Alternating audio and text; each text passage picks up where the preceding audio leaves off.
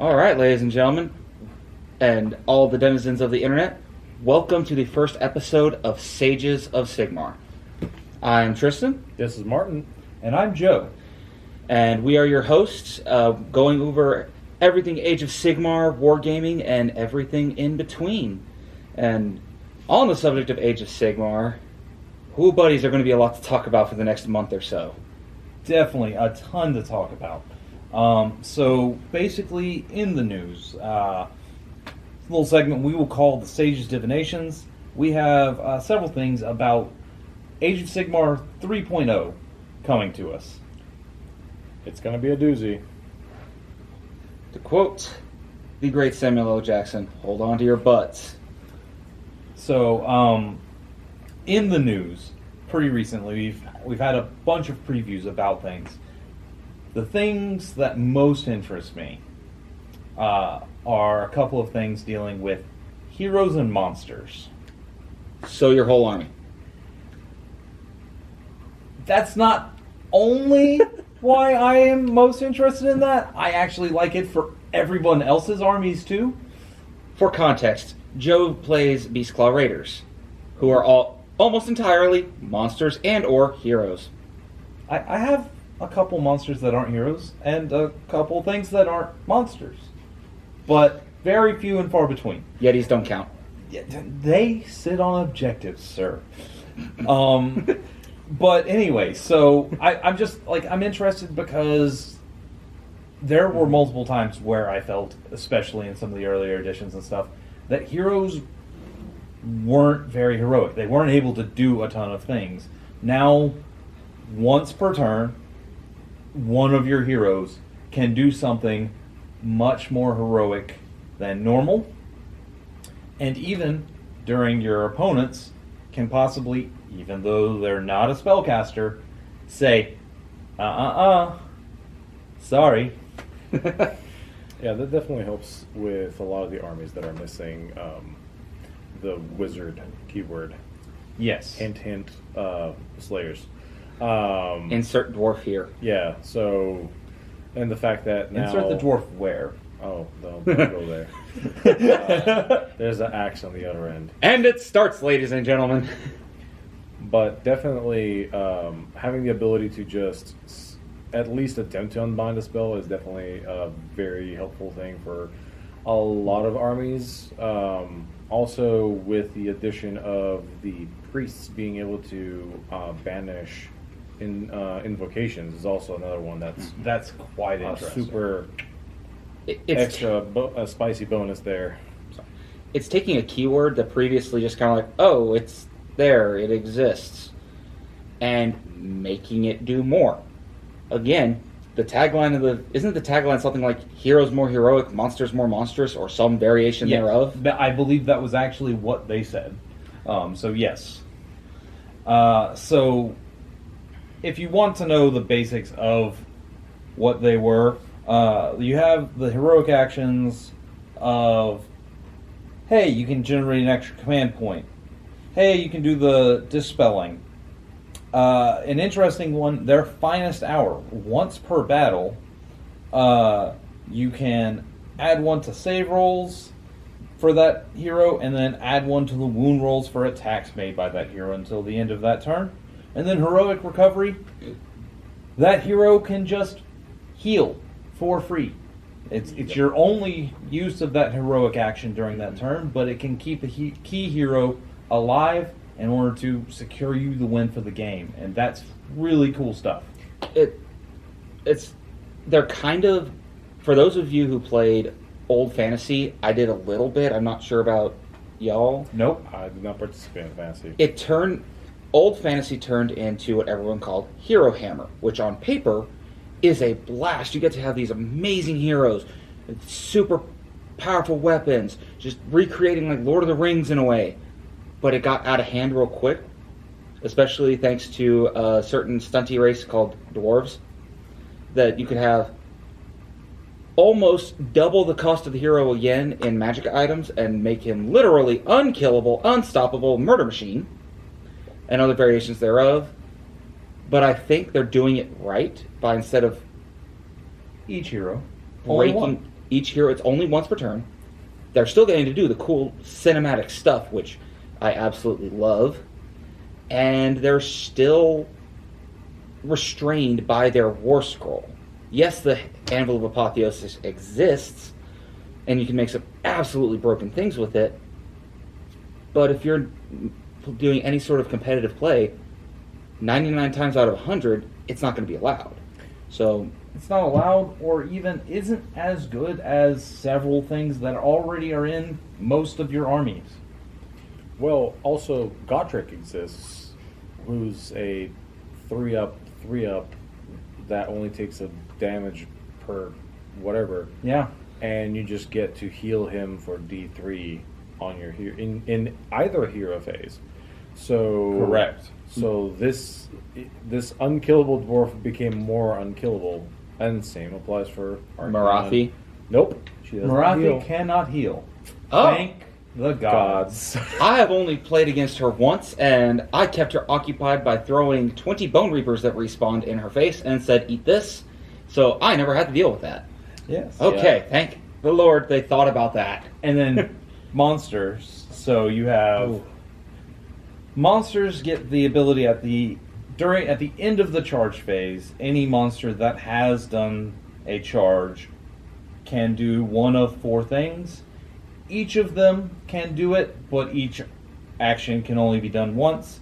Roaring, making it so that an enemy unit within combat range of you can't deal with can't issue or receive commands in the following combat phase. That's going to be great dealing with anything from a fighting twice Flesh Eater Quartz Terrorgeist to a Bone Reaper Shield Wall. Bone Reaper Shield Wall, Hi.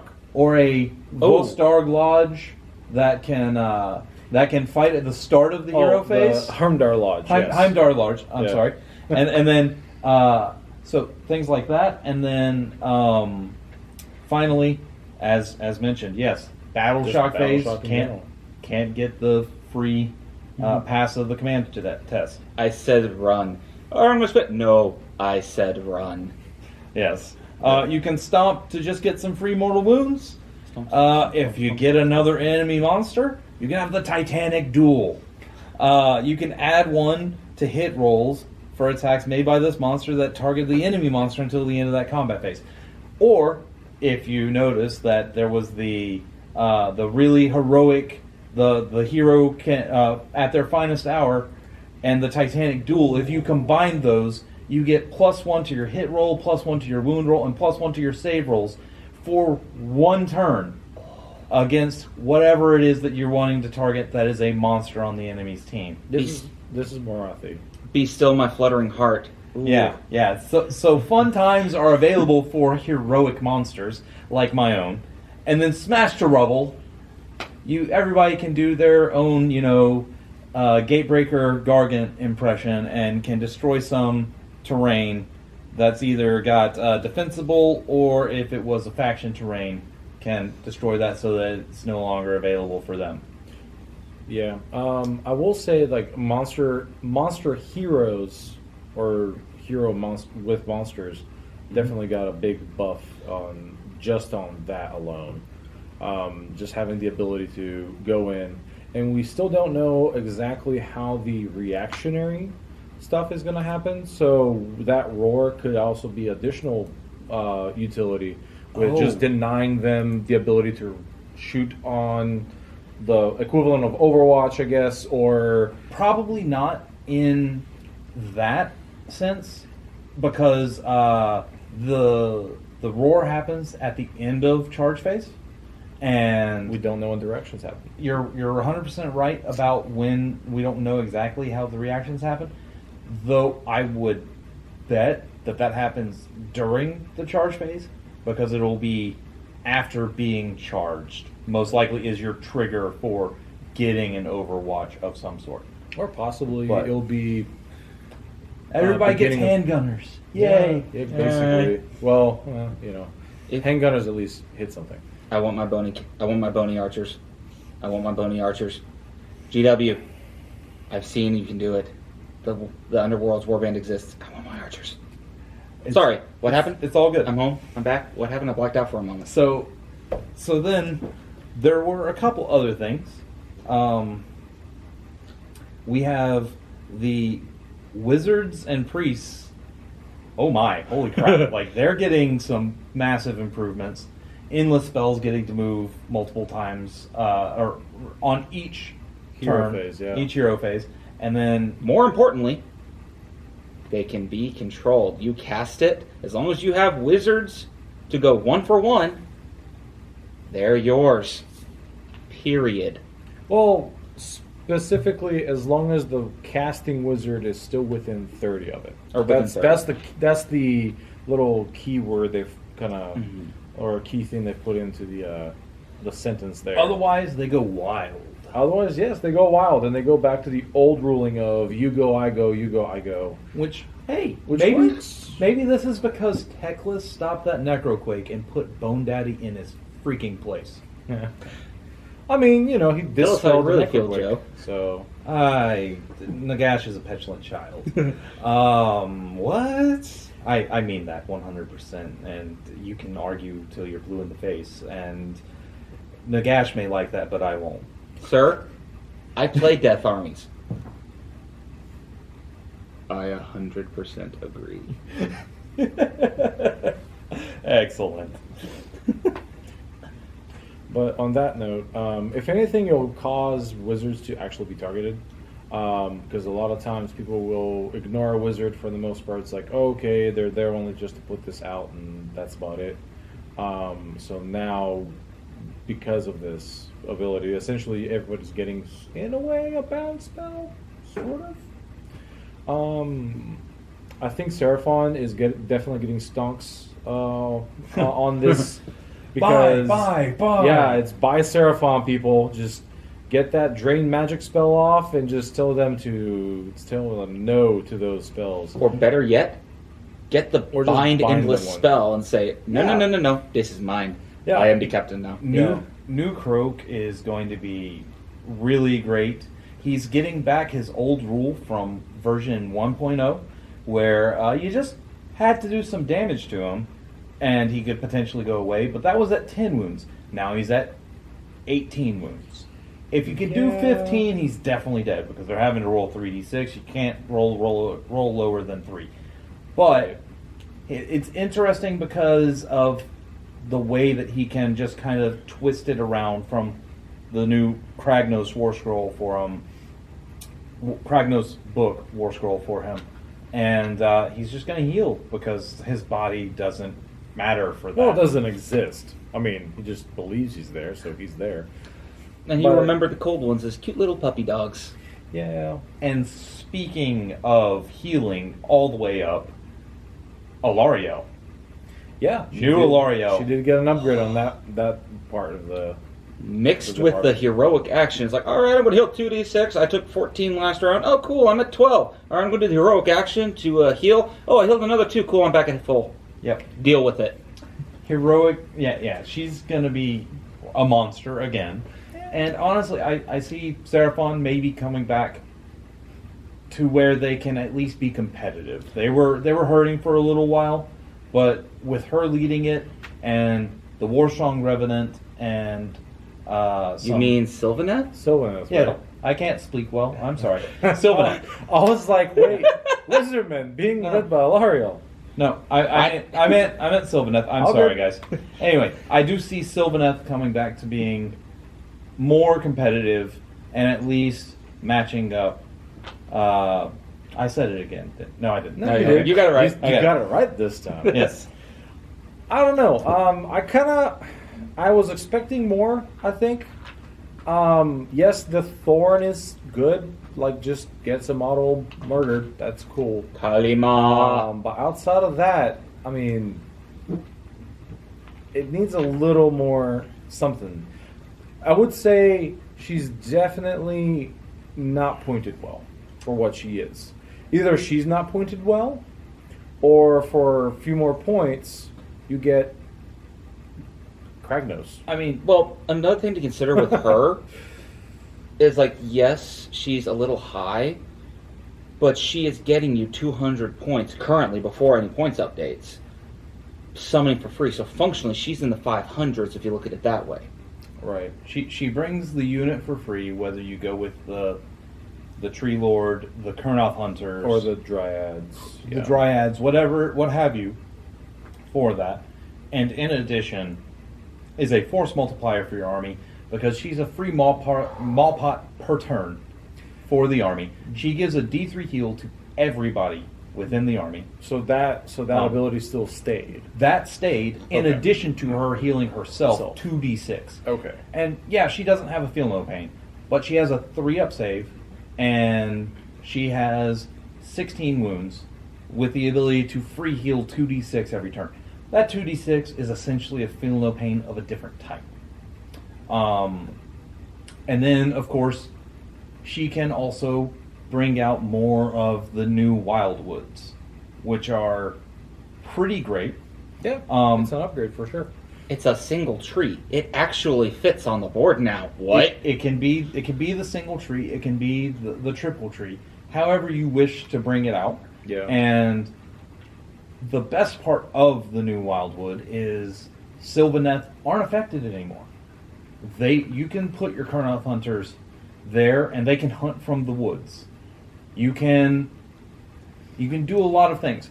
It is now no longer okay for flying to be able to see into it, but monsters got that. And as a monster truck player, I love that idea. But also, I think that it is better than, like, if either party is flying, you just ignore it entirely. That was weird. Yes and no, but it is what it is. Yeah. Anyway, we've gotten a little off track because we went from news to what just released, but well. I mean, it's kind of one and the same, Yeah. but we back on track to news and previews. The Shiny Boys, the Stormcast, got some new toys. Yeah, Thunderstrike armor is definitely on the menu. The mystical figure that has shown up that was retconned by GW after they early posted their article. Cough, cough, Grugny, cough, cough. So hashtag Grugny Watch is on the field right now, as he has helped them make the Thunderstrike armor that lets them blow up. If I believe, Blow up better. They blow up better. All of my understanding. Okay, so Blaze of Glory that they previewed. Basically, any Stormcast Eternal, when they die, you roll a number of dice equal to their wounds characteristic, adding 1 to the roll if they're in Thunderstrike armor. Oh. So Thunderstrike, do it on a 5. Everyone else does it on a 6. Take mortal wounds. So if you charge in with a big scary monster with like 6 wounds left into Thunderstrike, kill all 5 of them. You're probably rolling. Enemy's going to be rolling anywhere from 10 to 15 dice. We don't know how many wounds they are yet. I'm assuming it's 2 wounds each. And every 5 or 6 hurts you and could potentially kill the monster right back. Yeah. Stormcast got shenaniganry. That's not evocators or adjudicators. Yeah, It's I'm, nice. I'm It's sort of good for them. looking. Yes, absolutely. I'm not complaining about it. I'm just saying it's about time. Yeah, Yes. Stormcast definitely needed a pick me up for sure. Because I'm looking at the partial war scroll that they revealed for the Annihilators, with them having 3 wounds. So that's, if one is slain, that's 3 dice on a 5-up mortal wound back explosion. Yes. Not accounting for any other mortal wounds that now can sling, with blazing impact. Apparently everything's blazing now. So them being able to just, after they set up on the battlefield, on a 3-up for each enemy unit within 10 of the unit, suffers D3 mortal wounds. And you can reroll charge rolls for the unit that was set on the battlefield in the same turn. Hammer, go. So Bonk. literally, Hammer of Sigmar just lands on the field like a comet, blows everything up, and then goes in and charges. Yes. You mean And like so a- you get the rerolls at 9 inches, or if you bring the other new hero that was previewed, you can say that for free. I just The closed it. Lord Imperatant. The Lord Imperatant has the Guided by Lightning that can allow them to set up 7 from enemy units instead of 9. Only 1 unit per turn. But when it's a unit of dudes with a 2-up save, 3 wounds each, we don't know if they have a Feel No Pain or anything like that, or can get a Feel No Pain, that do the potential damage they do. Does it really matter that it's only 1 unit? They have the 2-up save. They have 3 attacks each, so 9, 10 attacks for a minimum sized unit that do 2 damage on 3-up, 3-up, Rim -1. And also get a free Ogre Maw Tribes monster charge. If you roll the dice equal to your wound roll, or your charge roll, and for every 4-up, if you have the full unit of 3, you do a mortal wound. You bring 3 of these guys blazing from Azir, and you can just kill like an entire unit before you even get through anything. Were they screening something? 3 of those charges? Hey, each of you gets now a pile-in after you finish that charge move, as long as that doesn't change in the new edition, into the guys that they were screening behind, because you've already killed the 10 measly guys at the front. Which, on the subject of screening, and it's going to be real quick, the changes to unit coherency. I have been watching all the online forums just about have conniptions, trying to figure out how to get that unit of 6 or more coherency thing to work. And me having, like, I also dabble into 40k. I know, I'm a heathen. I know, I apologize. Not at all. But, like, the coherency thing is just, it cuts down the shenaniganry of, I'm going to mask off the entire thing, so half of your abilities, Stormcast Eternals, don't work anymore. Half of your abilities, Fire Slayers, aren't going to be effective at all because I am going to pick where you show up, not you. With a unit of 20 dudes that costs 115 points. Oh, yeah.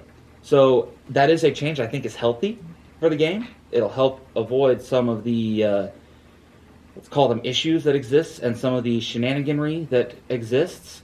Don't get me wrong, shenanigans are fun. I play Bone Reapers. My entire army is shenanigans of some various type. I acknowledge that. Yeah, I hear you.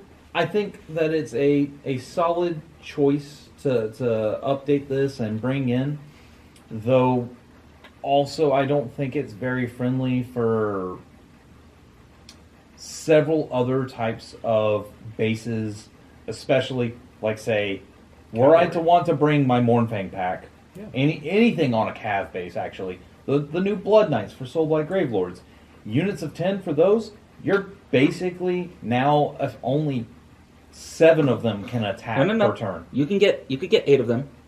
You're leaving a very unprotected middle if you do that. Double Bear Claw. Double Bear Paw. 4 up front, and then the dude in the back. So that the 8 in the front wrap around the 2, and then you pull from the sides, so that way you don't have to worry about it. And then once you get down to 5, then you can pull the guys at the back.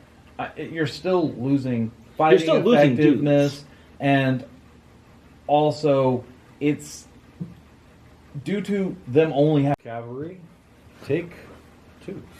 So Cavs basically, like, it's just awkward at the very least. I mean, a 4-man unit of Mournfang pack is still going to be fine. A 5-man Blood Knights is still going to be fine. And bringing minimum size units can definitely be good, especially if you get, you're going to get more champion attacks. Like, my guys will get to bring more guns and stuff like that. But, and I mean, some of the lists are bringing, I think, 9 Gorgruntas for Iron Jaws and stuff like that.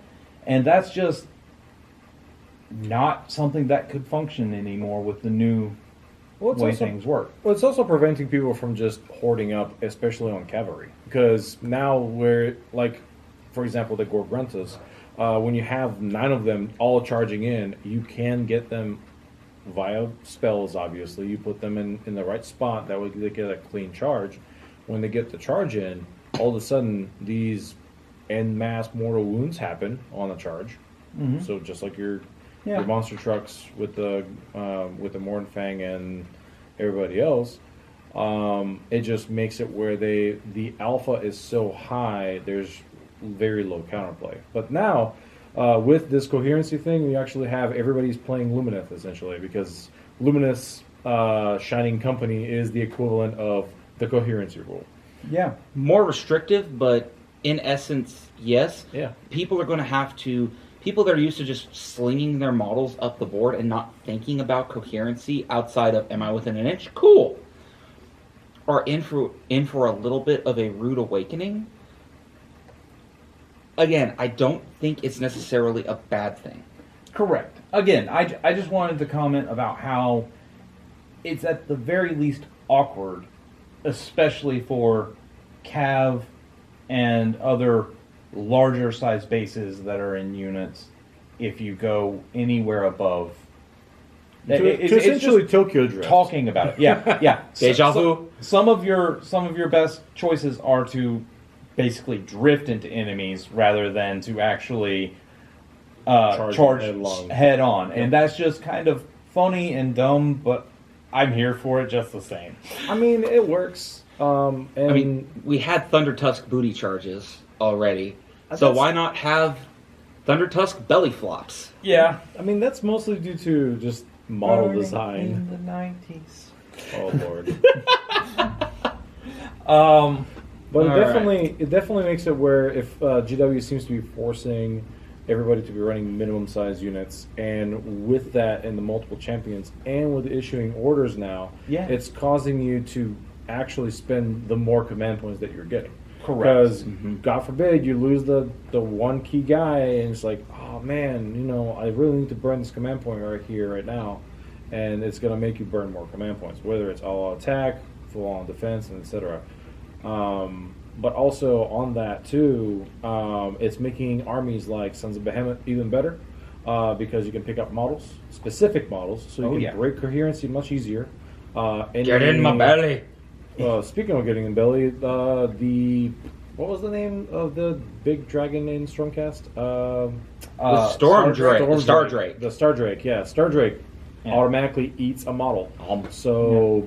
For the most part, all these model-specific spells, abilities, all those attacks, they're just end up way being more important so if much somebody is being bad with, like, if they're stretching too far on their coherency. Oh yeah, the classic bubble wrap around the big monster, make a big empty ring after you defeat it.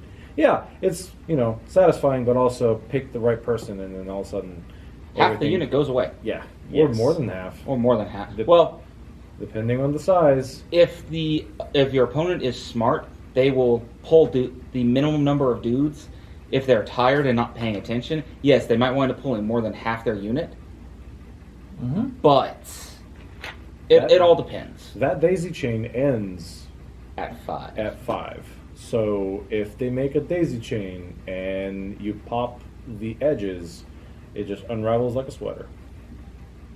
It's true. Yep. Until you get to whatever clump you left. Right. Or 5. But there was a lot of stuff to go over, and we're going to discuss more as it comes out, as we get more news.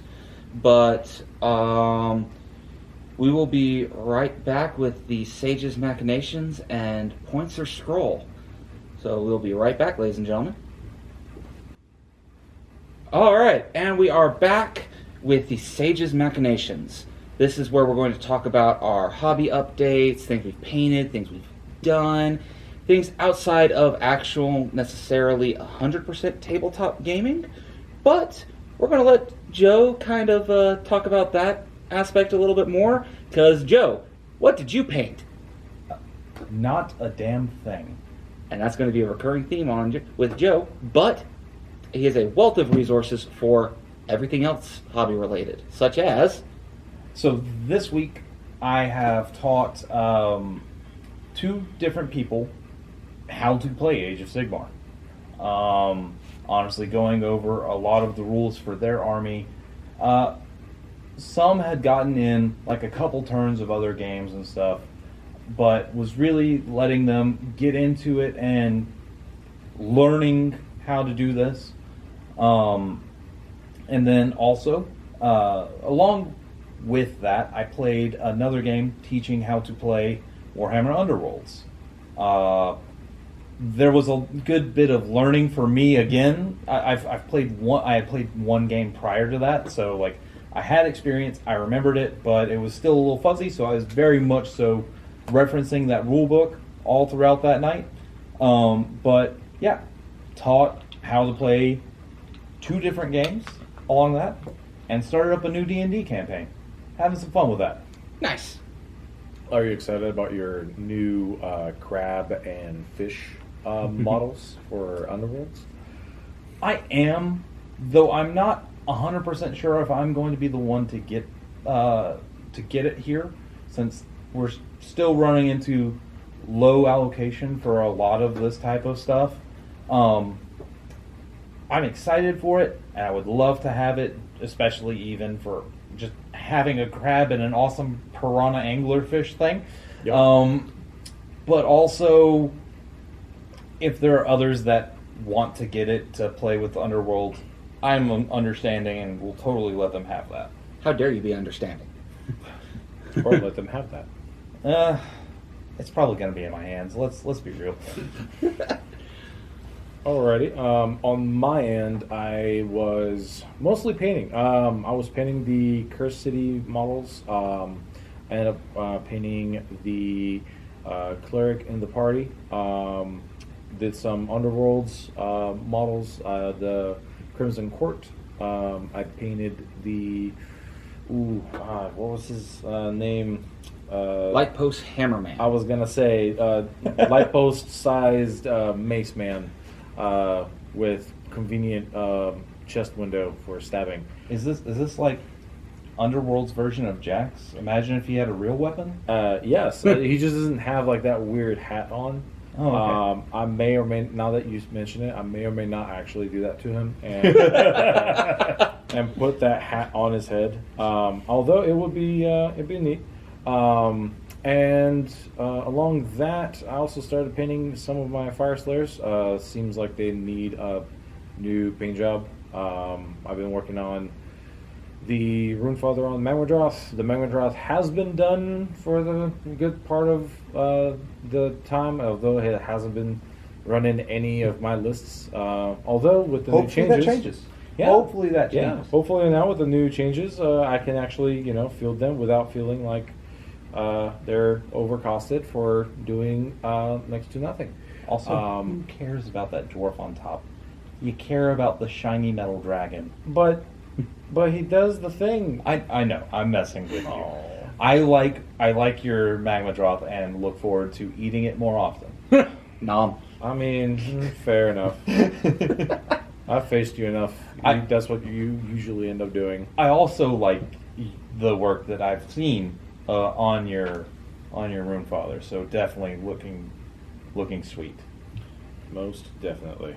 Awesome. Then on my end, again, continuing the theme of painting, I am 95% of the way done with repainting one of my units of Bony Boys, one of my Mortek Guard units, and I've got Xantos built and base coated. So now I'm on the point of making him look pretty. And also, I finally got my FDM filament printer back up and running. So I can actually start 3D printing things like movement trays, thank God, terrain, little measurement counters and all that stuff. All the bigger things that a resin printer is not necessarily ideal for. The stuff that requires a little more structural soundness, shall we say, because resin is not the most, let's call it, durable of materials. Yeah. Directly referencing when I have watched a model I just printed pop off of the build plate, go flying over my shoulder because it was stuck and I had to scrape it off, and bounce off the floor in about 5 pieces. Oof. Yep. Yeah. And it was an 18-hour print. Ouch. Sadly, that stuff can be quite brittle.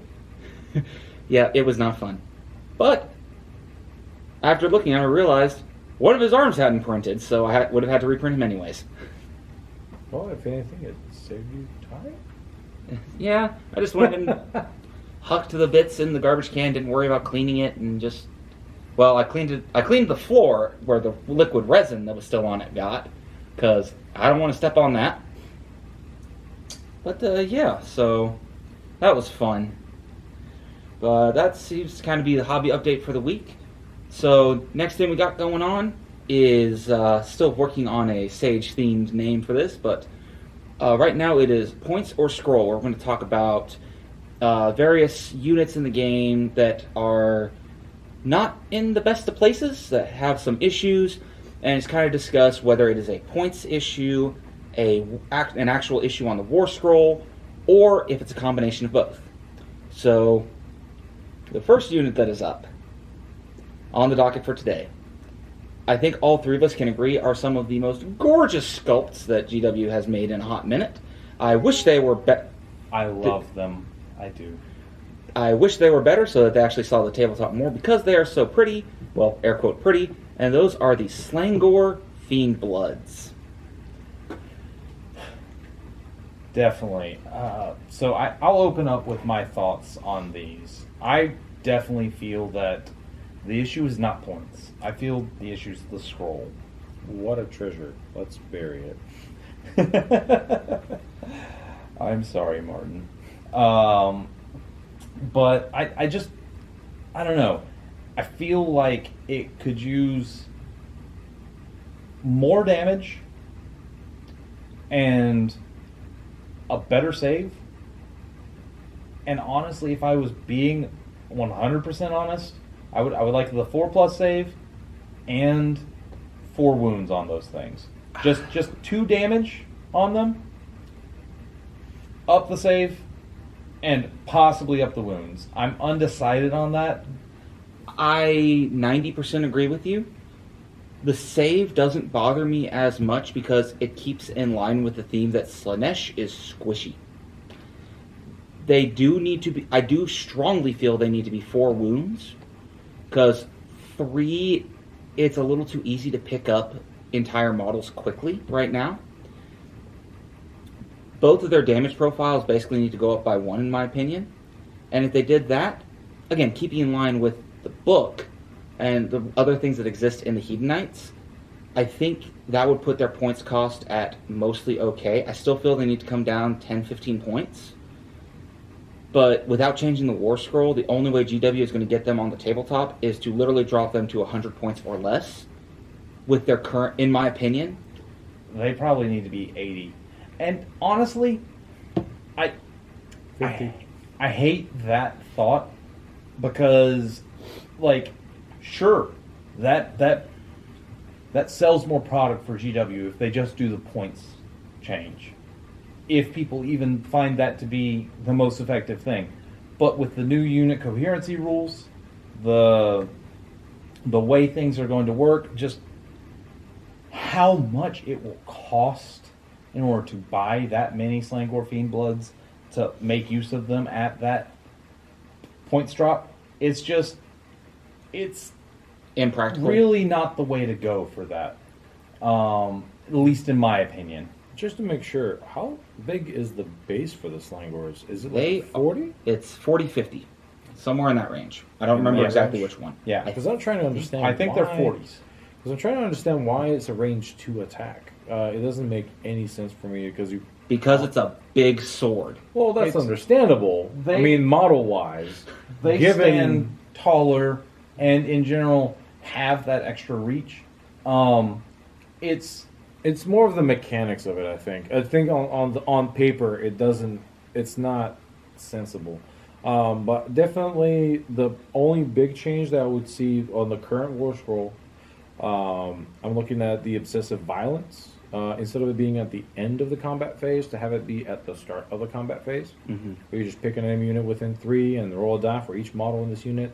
For each fora, that enemy unit suffers a mortal wound. So, essentially just have it where this happens at the combat phase because they're obsessed with violence. They can't hold it. They can't hold it. They're very quick. Well, yeah. Or supposed to be. Yeah. They're moving 8, but beyond... They're twice as fast as a dwarf, so I'll say that. That's not a high bar to get over. Nope. But How could you Here can't come the you dwarf can't do jokes. this with a high bar because the dwarf can't even reach that. The dwarf will just plow through it.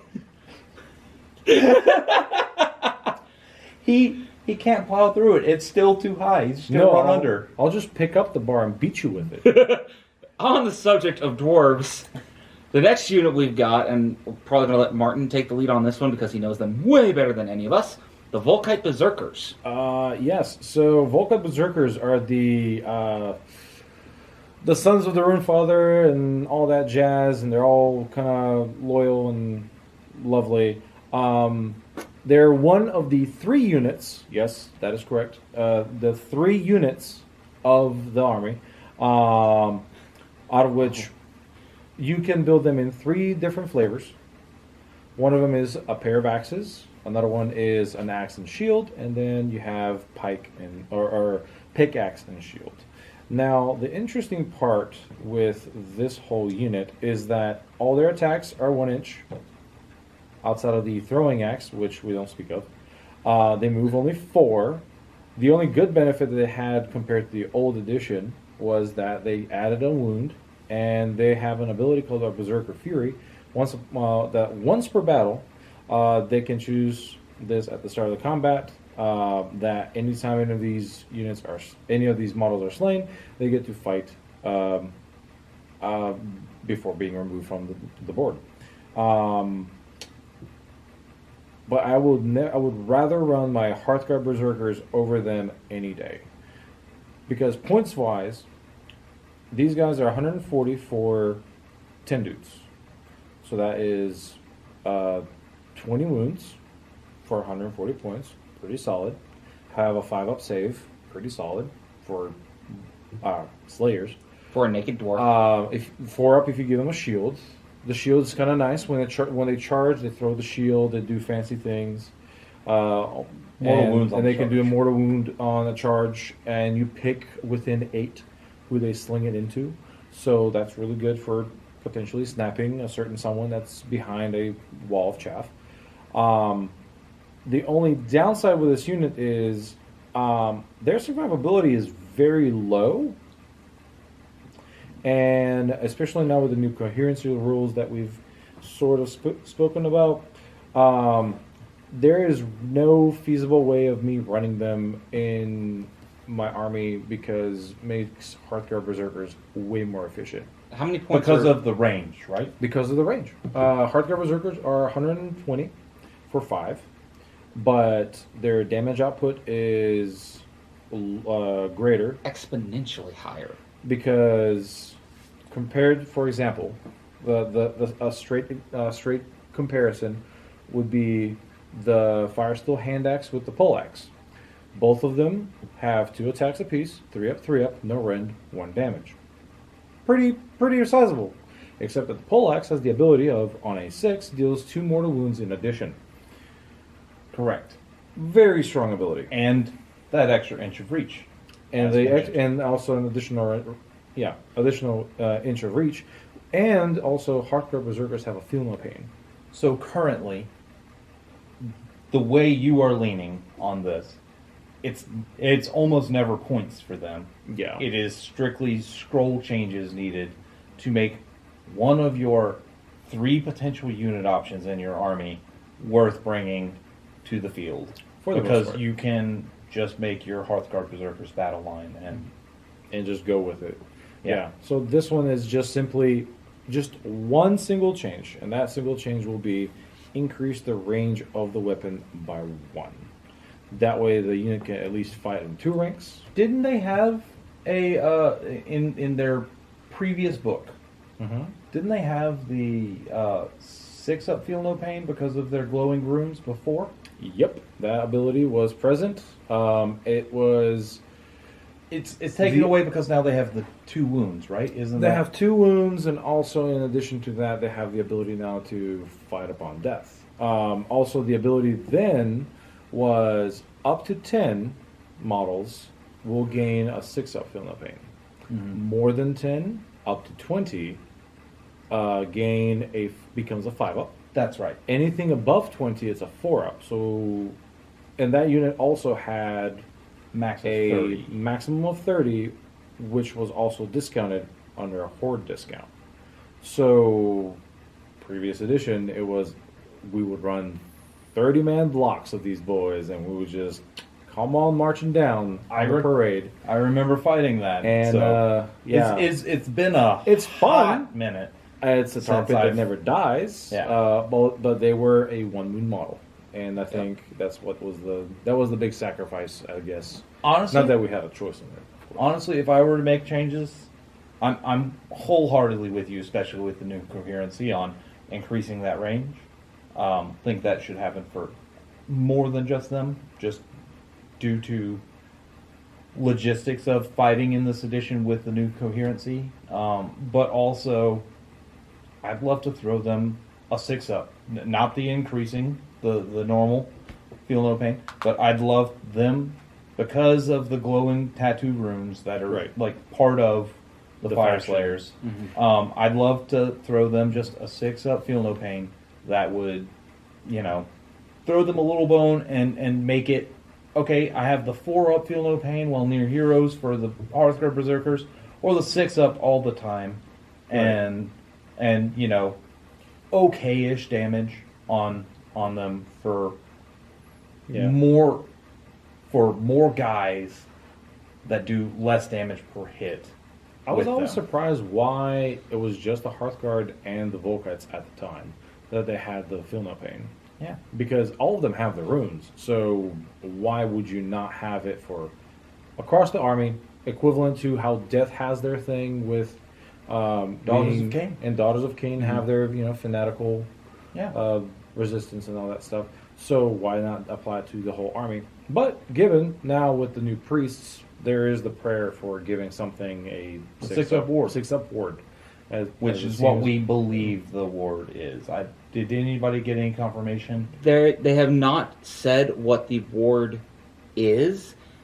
I imagine it is that. There's a voice in the back of my head that is concerned that is the old school, old fantasy ward. Because in old fantasy, you would have your armor save, which dwarves could easily get to a 0+ armor save. Yes, you could do that. A rollable 1 still fails, but you could get to a 0 up and counteract stuff. May I just interject real fast? In old fantasy, a ward was just somebody that you had that was underneath you.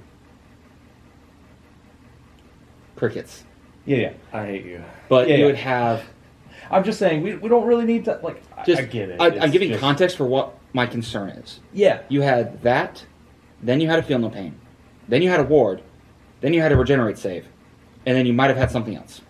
I don't think we're going to have that. They've been streamlining a lot more things here in the editions and stuff, and you can't have more than one source of a Feel No Pain.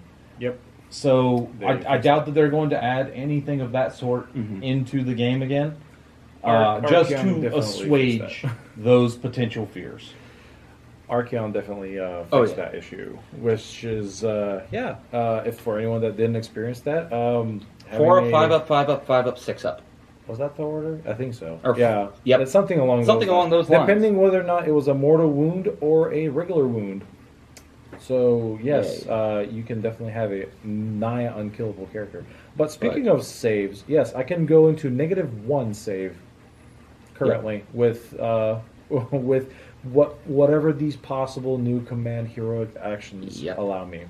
But just one last thing on the subject of heroes, because we're running a little short on time for the segment. For me, I wanted to bring up the Mortison Soul Reaper. He is the Grim Reaper looking dude for Bone Reapers. His War Scroll is not bad. His points for what he does is not bad. This is an interesting situation where for 10 points more than him, you can either take a Bone Shaper, who gives you a heal, is a spellcaster. He's a spellcaster too, but you can take the Bone Shaper that can just pass out 3 free heals, 3 dudes standing back up every turn, or a guy that can park next to Catacross and heal him for 3 every turn, just because. Or an entire unit of 10 Mortek Guard. This is not an example of necessarily that the hero is bad. There are not necessarily issues with the War Scroll or his points level. The problem he faces is he becomes redundant. He's a decent guided missile, okay, but he's a 5-inch move, 4-up save, 5-wound character. Yeah, I'm looking and I'm just like, yeah, this is fine, but it's kind of boring and doesn't have a lot of synergies with your army. And you just said the operative word, synergy. Bone Reapers are an army that, in my experience, are most effective when you build around the concept of everything helps each other. He does not help anything else at all. Yeah. If he did something where, like, he kills something, he provides a buff to the guys nearby, cool. Immediately, I am thinking about putting him in the army now, because he offers buffs to my blenders, aka the Mortec Guard. Honestly, I'd love a possible repurposing of that towards buffing other potentially underutilized units to help out, say, the Stalkers. big shield boys? Oh, the Immortus Guard. The Immortus Guard or the Necropolis Stalkers. Or the Necropolis Stalkers, where he's basically a Grim Reaper. Put him in with your bigger dudes, the guys that have more wounds, and make it where he can pass out higher wound count heals or something like that, rather than doing it and rather than single wound models, and push in a different synergy direction. It's just, again, he's in a weird spot. Yeah. He is not bad by any stretch of the imagination. He is solid.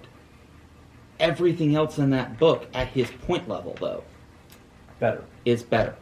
Right. So I just wanted to bring this up to show that it's not necessarily an issue of these War Scrolls are broken. They are bad. They are terrible ideas. GW way over point costed them, even though all of that does happen. In situations like this... And it was at this point that we completely missed the fact that everything stopped recording. And now, back to the conversation a few minutes later after we realized that. Now for our main subject of the evening. Playing to your meta. Now, meta is a term that gets thrown around a lot by a lot of people in any hobby, any sort of gaming hobby. What's a meta to you? Okay, Timon. But, why is that what broke me? Why did that break me? Who knows? Just like the trains one. Choo-choo. But, anyways, so, a meta is essentially the state of the game as far as what's being taken, what is being played, how it's generally being approached, and any other thoughts or comments on that, just so that way my ramblings might have some coherent semblance. Yeah, sure. So, obviously, a meta does change based off of whether it's your local meta, the tournament scene, which isn't even always all-encompassing because not all tournaments get reported to that sort of stuff. And there's also the global one, because the internet is vast and great. Yes. And everybody loves to share. There's the theory crafting across the internet for all the different things, but a meta essentially is what you are playing in, the environment that you're playing in, and what we're talking about today is playing to your meta. First off, you kind of need to know the type of players that you're playing against, both as regulars at your store and any new people that come in if you're playing at the store level, and then if you're going to a tournament, preparing for the tournament level that you're going to be up against. Yeah. So who's in the meta with you, essentially? Yeah. Mm-hmm. Boils down to who your peers are in the local area, and then if you go outside of your local area, like out of state for a tournament, like certain someone that is going to. The Two someones, sir. two of us, Tristan and I, are going to the Lone Star Open, right outside of Dallas, kind of like we're right outside of Atlanta. Where are you from? Atlanta. What do you mean? Why are so many people in Georgia from Atlanta? Because it's easier. It's true. But so Tristan and I are currently in the process of preparing for the meta that we're going to be encountering there, and also prepping for the changes that will happen with 3.0 to what we're bringing. A little something else to think about later. But we also play to the meta around us. Like when I was playing, some people have these two dirty words that you think of whenever you talk about playing to someone. If you know what they're doing, it's called list tailoring. Yeah, it's stacking the deck. Stacking the deck in your favor. But Essentially. sometimes list tailoring isn't necessarily the worst thing, because again, I tailored my list just recently because I was teaching to new people how to play the game. So I didn't bring my stacked triple Frostlord list and stuff like that to those games. I brought, some of my guys against some Stormcast and against some Beasts of Chaos, but I was using more Mournfang packs and things like that that aren't necessarily always sitting in my lists. Mm-hmm. And a lot of people, I've also heard this argument. Oh, I don't like the meta. I don't play to the. I'm not going to play to the meta. Well, in an oxymoronic kind of way, you're kind of making your own and joining a completely different subsect. Because It's true. there is going to be the main, here's how we're playing the game approach. And I'm going to use our example of Georgia and the Southeast as a whole as an example, because we kind of do our own thing, we being the Southeast, because you look at what happens globally, the GW posts about, and at least me, looking at it, goes, I'm sorry, excuse me? They're talking Kharadron Overlords taking top tournaments, and I know I'm an exception because I just charge into things and they die. But also, Trait Metal Cruncher is called Metal Cruncher for a reason. Yes, I know. But I'm also saying, I've played a fair share of games up against Kharadron Overlords, and I'm not seeing where some of those damage numbers or whatever to really take it are coming from, because sure, they can shoot a lot of things. They can pick off one unit per turn, but Potentially, yeah. Potentially, says the two players that play the brick walls with spiky bits. Yeah. That's the thing, is they struggle against some of the heftier tar pitting type lists, and they can also be opened up by something like what I bring, which is just charge into you and deal tons of damage. Yeah. So how is our meta that different from what's seeing around the rest of the world? Because if they're weak to two things already, are they just only ever facing against that midpoint of the field? Now, I do want to make a quick point while we're talking about this, because this could very quickly devolve into what sounds like we're just going to completely crap on the armies that we beat the ever-living crap out of on a regular basis. That's not what we're doing. It's just the example that comes up with GW surprisingly often on their MetaWatch articles for Age of Sigmar is Kharadron Overlords. And I think the difference, after looking at a lot of the lists from the international scene outside of Australia, because they're actually very similar to what we do, most of the international meta is, oh, this is cool, I'm going to take these two things and mush them together. Meanwhile, we being the Southeast plus Australia, because that's another interesting pattern I've noticed, go, oh, this is cool, oh, this is cool, I'm going to go with the first thing and dial it up to flippin' 15 out of 8 or 9, or dial it up to the maximum possible. Most of the lists don't just start following the thought a little bit and then get sidetracked. We go all the way to the conclusion and into the second book. It's true. Yeah. And that's kind of what I'm getting at is like, are they up against those middling, like they didn't really decide where to go? And there's definitely merit to going with a jack of all trades approach across things. There is.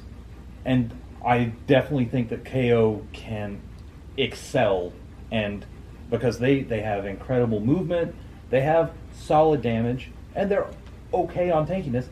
But like again, that's kind of where I was coming from is that why they're on those meta watches, and does that change as some of the other big tournaments get back into swing in 2021, 2022? Well, what's interesting is they keep saying, like, we don't have enough data, but they keep putting out MetaWatch articles. So there's also that inconsistency. Yeah. So they're probably using old data, and they're putting this in. Because when you look at everything that we've been running within our local tournament scene, like the Blight King Nurgle spam, that has been a thing for a minute. It that doesn't has not even been registered on anywhere.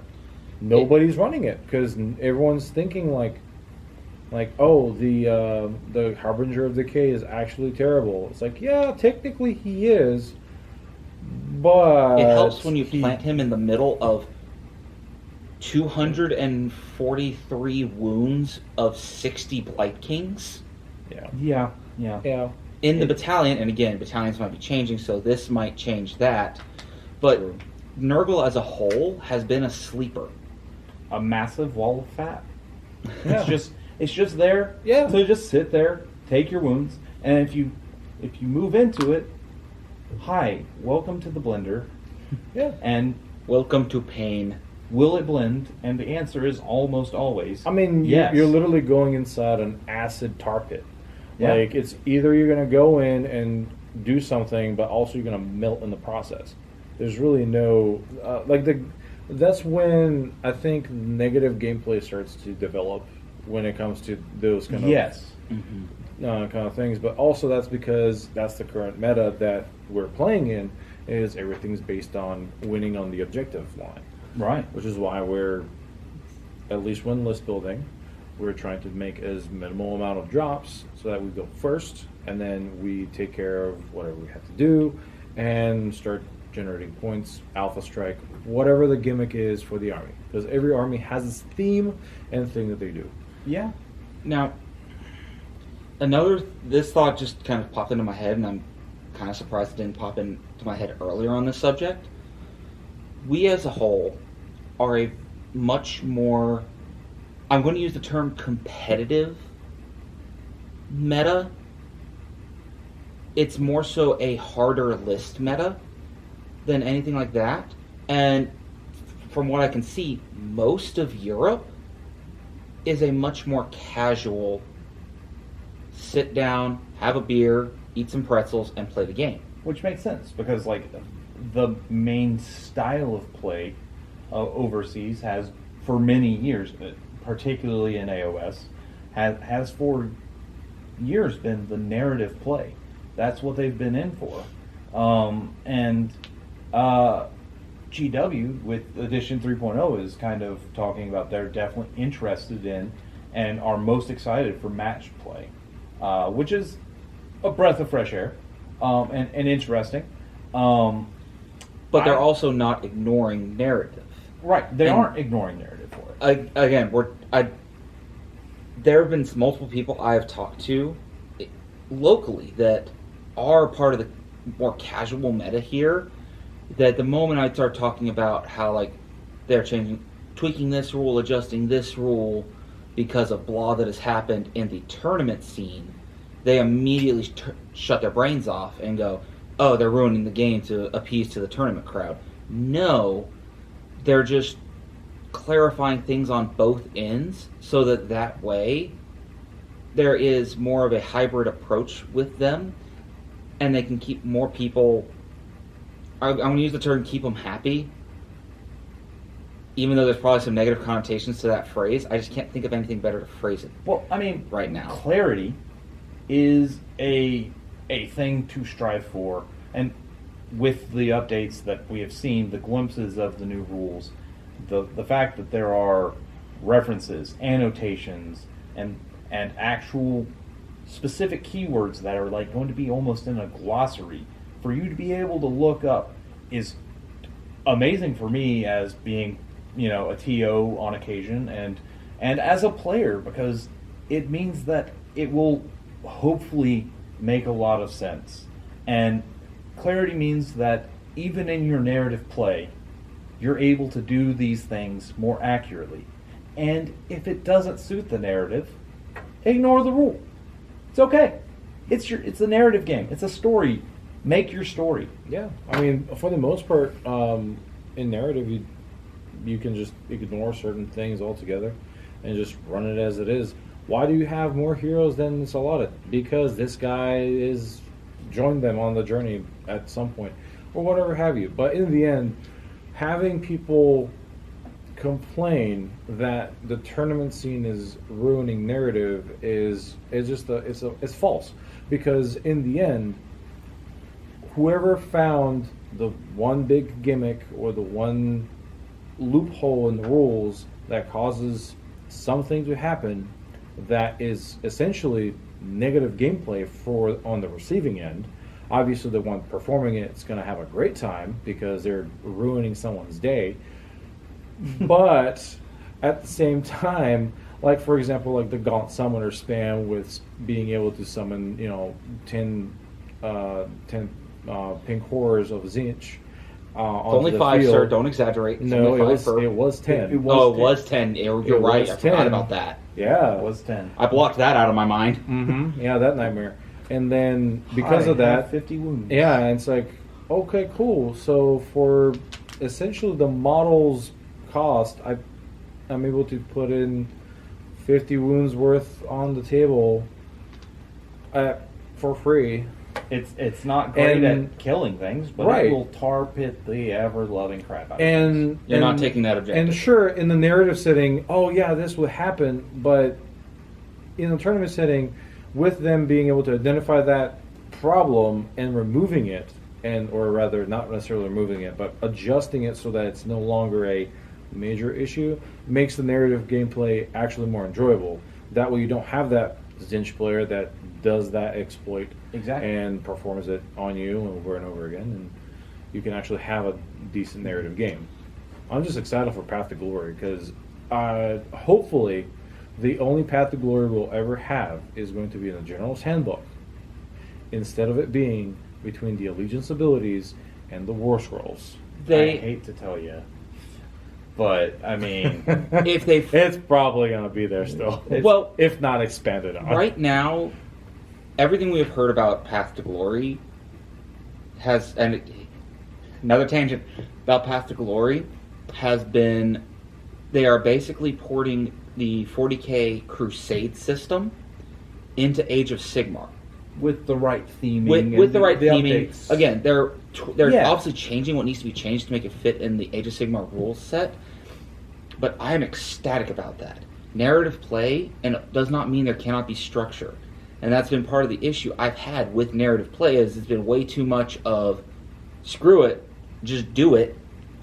And I'm left sitting here just like, okay, but the fact that it's ruining the fun, none of this is making sense. This is hurting my brain. Ow. And Yeah. certain factions has an upper hand when it comes to those things. Cities.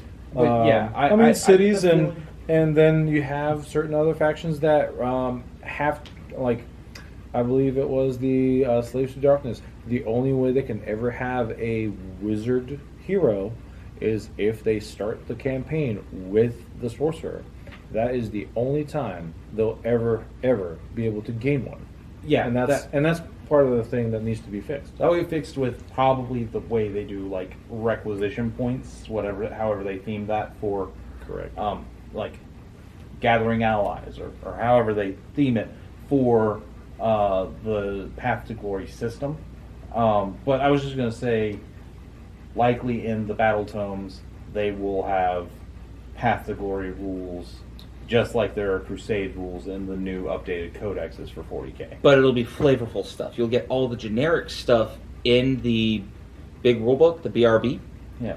and the individual battle tomes will give you the flavor text to take it from, oh, this is a cool system, to, oh my gosh, this is so cool, this is an absolute blast.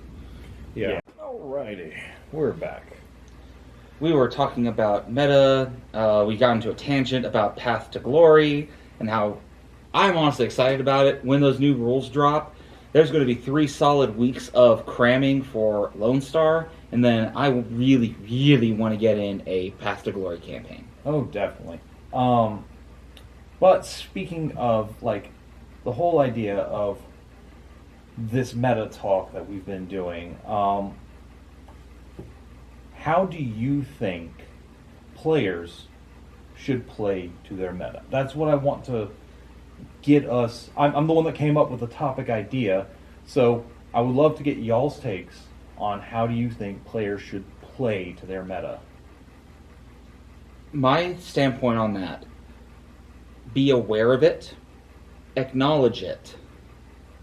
If you want to play 100% to it, awesome. Be my guest. If you want to play jank, because jank beats meta 90% of the time, you'd be surprised. Oh, it's a monster meta. Why are you running infantry? Because I can outnumber you on the objective and you can't kill me fast enough. What do you mean? Let's play a game. Oh, God! Yeah, it's true. Yeah. I mean, for the most part, whenever recognizing your meta, for the most part, you just kind of have to be a part of the hobby. You have to actually communicate with people. Watch them play, watch them do their games, talk about their hobby. You know, hey, what are you working on? Hey, you're working on Nurgle, or you're working on this. You know, what do you usually play? Are you playing Big Monster Mash with, BCR, or are you going to do the Mornfang thing? Or are you going to do the thing that nobody ever does, which is sabers? Are you running Lumineth? Are you doing Seraphon, Sylvaneth? Whatever it is on on the plate at your game store, you're going to end up having to kind of communicate with those people, and then from that you can be like, okay, my army is really good at dealing with a whole bunch of monsters. So, with me being able to deal with a lot of monsters, if there's a lot of monsters in my current area, I'll be more than likely able to build around that. And this applies to any kind of problem. Not necessarily a problem, but it's more like a challenge that's being presented to you from the opponents. Yes. Like, his Mortek Guard have the ability to just reroll saves all the time. Add a 3-up Yes. with a 6-up shrug. Yeah. And potentially 6 to 9 of them stand up every one of my hero phases. And my solution to that is charge him and then use my command point to fight before he does that. And kill him. Pole axe the unit. Yeah. He axes me a question every time we play, and my answer is always just Ow. pain. Owie? Yeah, this is, I just do the Team Rocket blasting off again. And that actually brings up an interesting point. You were talking about the meta. On the subject of meta, and you mentioning pole axes, or me mentioning the pole axes because pain. The meta, generally for Fire Slayers, if I'm thinking right, most people will say, take the broad axes. It's consistent 2 damage weapons with a -1 rend. Now you take both. You take a unit of each. Because you've got that poleaxe unit that I've heard people look at your lists and go, why does he have poleaxes? Yep. And Every I time. tell them every time, here's why. That's an example of jank, kind of what I was saying, jank beats meta sometimes. So Definitely. And I personally don't think that that's a jank call. it's not. Again, Generally, the same way that we talked about. So, chasing that rabbit down to the number 11 or 15 instead of being, ending that volume at only 8 or whatever. I totally mixed all the metaphors there, and that's Yes, all right. you did. But You went basically, somewhere. yeah. Anyway, what I'm getting at is just because you can do that doesn't even necessarily mean that that's the optimal thing to just say, okay, this is always best. Right. Because Metas are organic. They are constantly changing. again, that talk about Caradron with the being good at the jack of all trades type stuff, you have a Swiss Army knife in your army with the pole axes and the broad axes because of the Got a ability can to... opener in there. Yeah, Yes, he does. because of that ability. And having played against it, and sure, it takes the lucky 6, but I mean, it's you throw enough attacks that you get plenty of lucky When you're rolling 6s. 40 dice, you're going to roll 6 or 7 6s, and that's 14 mortal wounds. And that's a ton of mortal wounds to just sling out at people. And Very few that, things can survive that. that 2 damage is also great. Like, I mean, it's... I mean, there's- it's situational. Like every time I have any advice for anyone that wants to participate in the Fire Slayer community or Fire Slayer army, and it's every time they're like, "Which one do I run?" I'm like, just run both. I mean, for the most part, at least the current meta across like worldwide, Hearthguard Berserkers are top tier. They're overly efficient. 120 points, 5 dudes. We spoke on them a little bit earlier. For 5 dudes that have a 6-up Feel No Pain, turns into a 4-up if there's a hero nearby. They're part of a battalion that may or may not survive. We'll find out how that's going to go after July 3rd. But until then, they have a battalion that lets them fight twice in the combat phase as long as one of the heroes is as long as they're wholly within 12 of one of the 3 heroes. So there's always more ways for them to get better. It's just that, like with the previous War Scroll, the alternative for that the faction is running Volkites, which you get bodies, and they're cheap as chips, technically, but putting them on the field, they don't survive. They're good at charging into something and throwing some shields at it and hope you kill it. But it's still a 1 die per shield, and it's a 6. So 6 is the magic number. It's kind of like the same with my Mortek Guard. The meta for Bone Reapers, you can never go wrong with blocks of 20 Mortek Guard.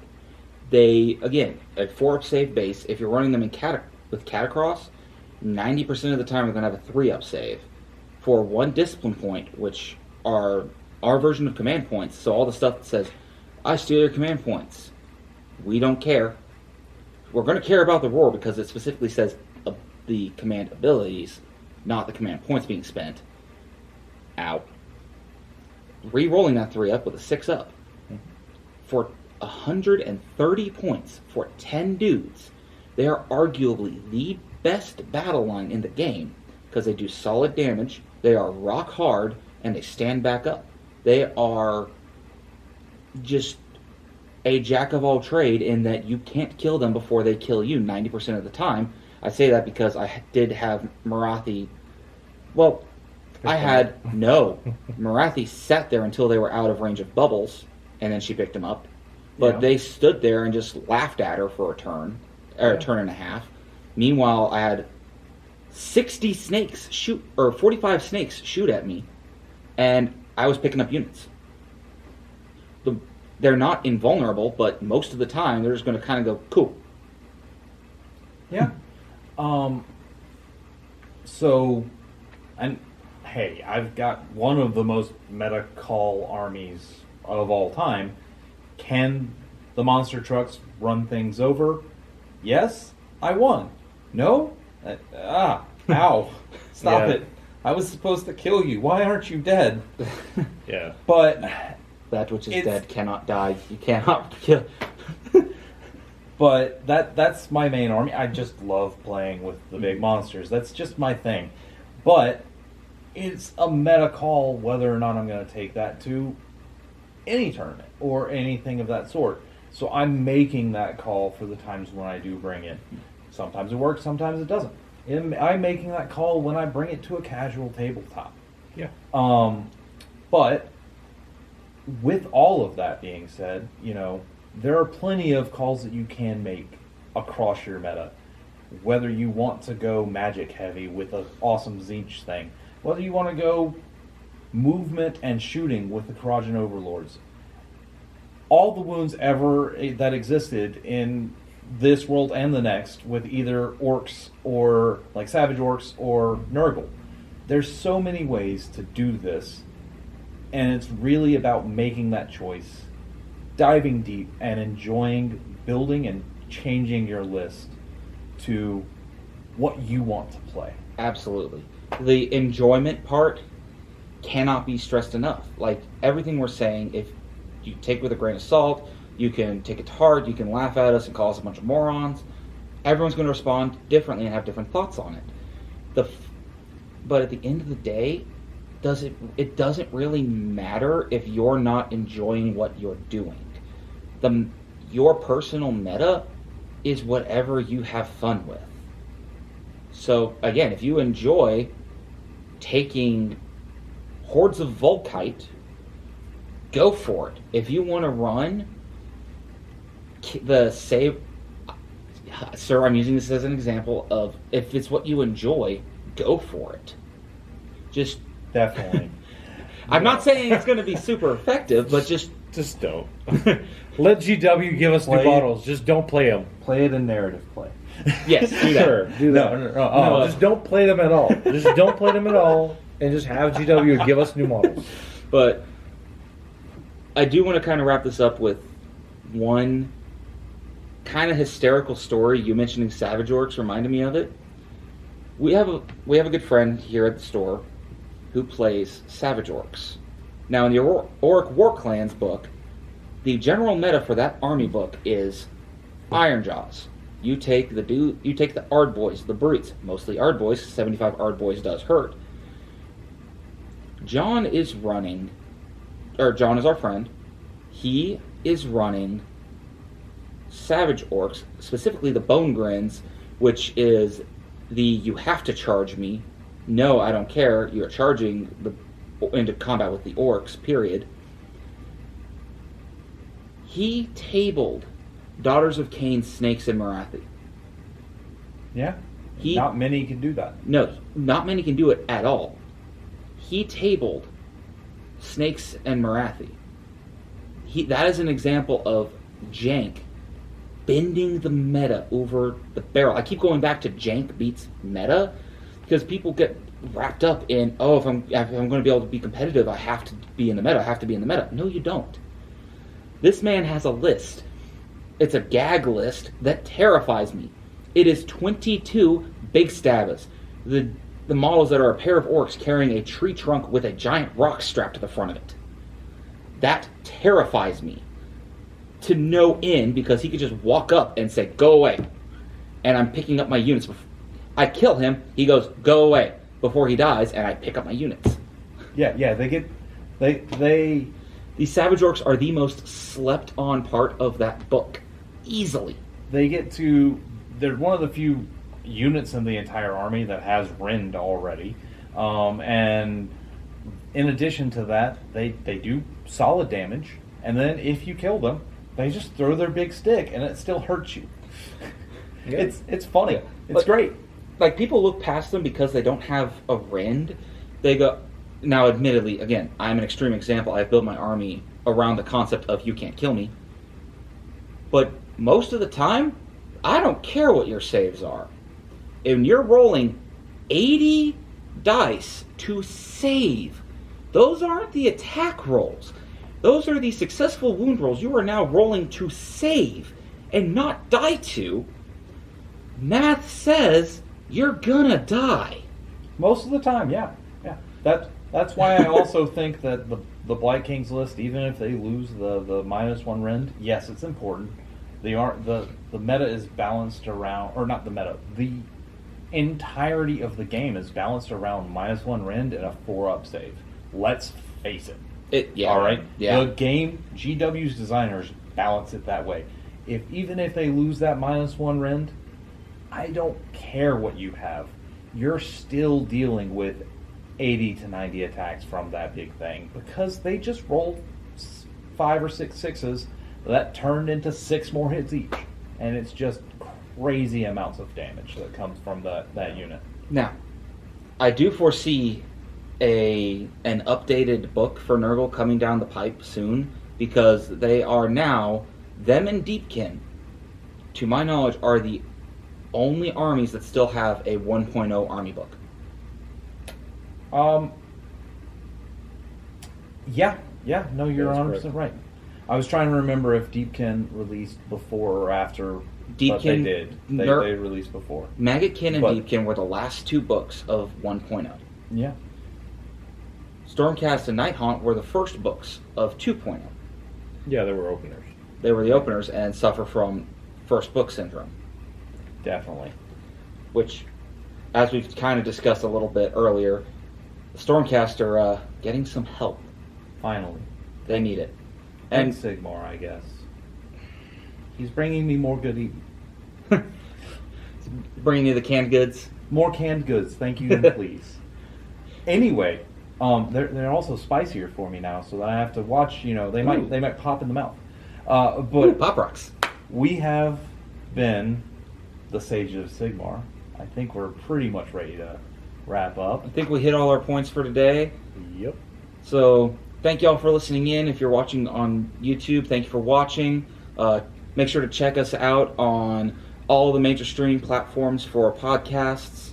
We're going to be doing this weekly. If there's anything weird that goes on with that, we'll be making announcements hopefully the week before.